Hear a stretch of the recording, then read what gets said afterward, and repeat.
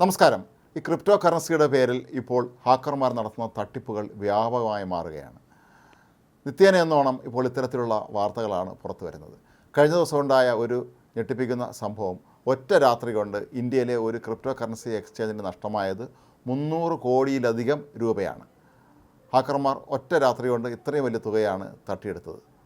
Coin DCX എന്ന ഇന്ത്യയിലെ വളരെ പ്രമുഖമായ ഒരു ക്രിപ്റ്റോ കറൻസി എക്സ്ചേഞ്ചിനാണ് ഇത്രയധികം പണം നഷ്ടമായത്. ശനിയാഴ്ച പുലർച്ചയോടെയാണ് ഹാക്കിംഗ് നടന്നത് എന്നാണ് പൊതുവെ കരുതപ്പെടുന്നത്. ഏതായാലും ഇത് സംബന്ധിച്ച അന്വേഷണം ഇപ്പോൾ ശക്തമാക്കിയിട്ടുണ്ട്. എന്നാൽ കമ്പനി ആകട്ടെ ഇത് സംബന്ധിച്ച് യാതൊരു തരത്തിലുള്ള വാർത്തകളോ പ്രതികരണങ്ങളോ നേരത്തെ നടത്തിയിരുന്നില്ല. എന്നാൽ ഇക്കാര്യം മനസ്സിലാക്കിയ ചിലർ സമൂഹ മാധ്യമങ്ങളിലൂടെ ഈ വാർത്ത പുറത്തുവിടുകയായിരുന്നു. മാത്രമല്ല, ഈ എക്സ്ചേഞ്ച് എന്തുകൊണ്ടാണ് ഈ വാർത്ത ഇനിയും പുറത്തുവിടാത്തതെന്ന ചോദ്യവും പലരും ഉന്നയിച്ചിരുന്നു. വലിയൊരു സാഹചര്യത്തിലാണ് കമ്പനിയുടെ CEO ആയ അമിത് ഗുപ്ത തന്നെ നേരിട്ട് സമൂഹ മാധ്യമങ്ങളിലെത്തി ഈ കാര്യം സ്ഥിരീകരിച്ചത്. എന്നാൽ അദ്ദേഹം പറയുന്നൊരു പ്രധാനപ്പെട്ട കാര്യമുണ്ട്. നിങ്ങൾക്ക് ആർക്കും തന്നെ ഇതിലൊരു പണം നഷ്ടപ്പെട്ട് നിങ്ങളുടെ ആസ്തികളൊക്കെ തന്നെ വളരെ സുരക്ഷിതമായി തന്നെ ഞങ്ങളുടെ കൈവശമുണ്ട്. അതുകൊണ്ട് തന്നെ നിങ്ങൾക്കൊരു തരത്തിലുള്ള നഷ്ടമുണ്ടാകില്ല. പക്ഷേ സ്ഥാപനത്തിന് ശരിക്കും വലുതുപോലുള്ള ഒരു തിരിച്ചടി തന്നെയാണ് ഇതിലൂടെ ഉണ്ടായിരിക്കുന്നത്. ഈ ഹാക്കർമാർ ആരാണെന്നുള്ളതിനെക്കുറിച്ച് ഇനിയും ഒരു സൂചനയും ലഭിച്ചിട്ടില്ല.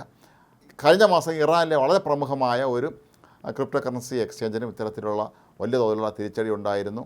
കോടിക്കണക്കിന് രൂപയാണ് അന്ന് അവർക്ക് നഷ്ടപ്പെട്ടത്. പക്ഷേ ഇതിന് പിന്നിൽ ഇസ്രയേൽ ആരാധകരായ ഒരു സംഘം ഹാക്കർമാരാണ് എന്നാണ് ഇറാൻ ആരോപിച്ചിരുന്നത്. എന്നാൽ ഇത് സംബന്ധിച്ച് യാതൊരു തരത്തിലുള്ള സ്ഥിരീകരണം ഇനിയും ഉണ്ടായിട്ടില്ല.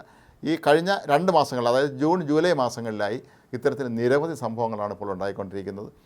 ഈ വർഷം ആദ്യം ഒരു ക്രിപ്റ്റോ കറൻസി എക്സ്ചേഞ്ചിൽ നിന്ന് ഹാക്കർമാർ ഏതാണ്ട് 45 മില്യൺ ഡോളറോളം തട്ടിയെടുത്തിരുന്നു. പക്ഷേ പിന്നീട് ഇതിൽ വലിയൊരു ഭാഗം അവർ തിരികെ നൽകുകയായിരുന്നു എന്നും പറയപ്പെടുന്നുണ്ട്. ഒരുപക്ഷെ ഇതിന് പകരമായി എന്തെങ്കിലും പ്രതിഫലം സ്വീകരിച്ചുകൊണ്ടാണോ അവർ ഇത് ചെയ്തത് എന്നുള്ള കാര്യം ഇനിയും വ്യക്തവുമല്ല. ഏതായാലും ക്രിപ്റ്റോ കറൻസിയുമായി ബന്ധപ്പെട്ട തട്ടിപ്പുകൾ ഇപ്പോൾ ലോകവ്യാപകമായി തന്നെ നടക്കുന്നൊരു സാഹചര്യം കൂടിയാണ്. പക്ഷേ അത് ഈ സ്ഥാപനങ്ങൾ കൃത്യമായി അവരുടെ ഉപഭോക്താക്കളെ അറിയിക്കാറുണ്ടോ എന്നുള്ളതാണ് ഇവിടെ വരുന്ന പ്രസക്തമായ ഒരു ചോദ്യം.